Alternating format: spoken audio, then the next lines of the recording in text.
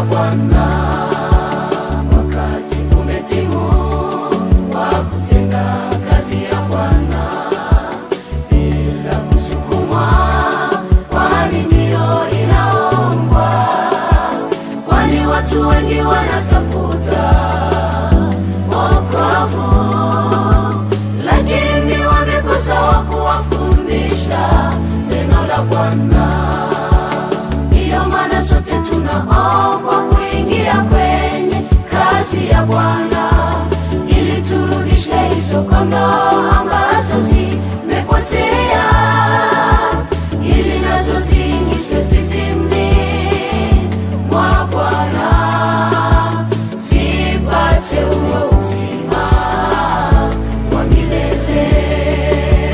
Ndiyo maana sote tunaombwa kuingia kwenye kazi ya Bwana, ili turudishe hizo kondoo ambazo zimepotea, ili nazo ziingizwe zizimni mwa Bwana, zipate huo uzima wa milele.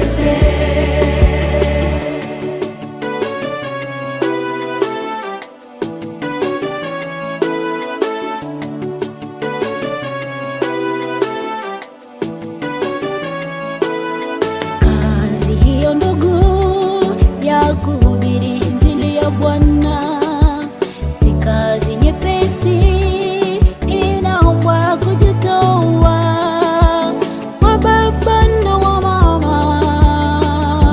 Kujeni kwenye kazi, vijana na wasichana pia na watoto tuwahusika.